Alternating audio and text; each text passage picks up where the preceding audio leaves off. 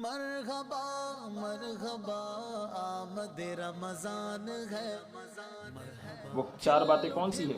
فرمایا خصلتین تردون بہما ربکم، 2 باتیں تو وہ ہیں، 2 خصلت تو وہ ہیں کہ جن سے تم اپنے رب کو راضی کر لو گے۔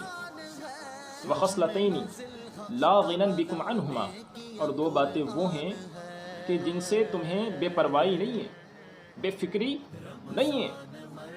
تو وہ 2 باتیں کہ جن سے تم اپنے رب کو راضی کر لو گے، وہ 2 باتیں کون سی ہیں؟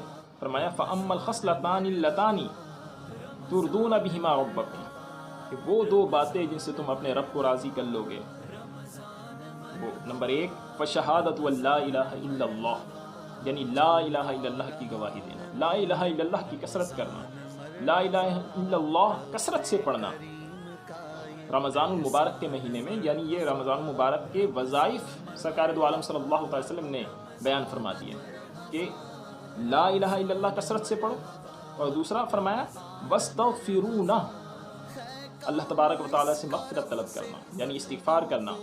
یعنی یہ وہ 2 باتیں ہیں، یہ 2 وہ وظائف ہیں کہ جن کی بندے کو کثرت کرنی چاہیے، اور اس کی برکت سے وہ اللہ تبارک و تعالیٰ کو راضی کر لے گا۔ تو نمبر 1 کیا ہے؟ لا الہ الا اللہ کی کثرت کرنا، لا الہ الا اللہ، لا الہ الا اللہ۔ اور دوسری بات ہے کہ اپنے گناہوں کی مغفرت چاہنا، استغفر اللہ کی کثرت کرنا، استغفر اللہ ربی من کل ذنب واتوب الیہ۔ تو ان 2 باتوں کی خاص طور پر رمضان مبارک کے اندر کثرت کرنی چاہیے۔ اب وہ 2 باتیں کہ جس کے بارے میں حضور نے فرمایا کہ ان سے تمہیں بے پرواہی نہیں ہے، تم بے فکری حاصل نہیں کر سکتے، فرمایا وَأَمَّا اللَّتَانِ لَا غِنًى بِكُمْ عَنْهُمَا فَتَسْأَلُونَ اللَّهَ الْجَنَّةَ، کہ تم اللہ سے جنت کا سوال کرو، تم اللہ تبارک و تعالیٰ سے جنت طلب کرو، اس سے تمہیں بے پرواہی نہیں ہو سکتی، تم اللہ سے جنت مانگو، جنت کا سوال کرو۔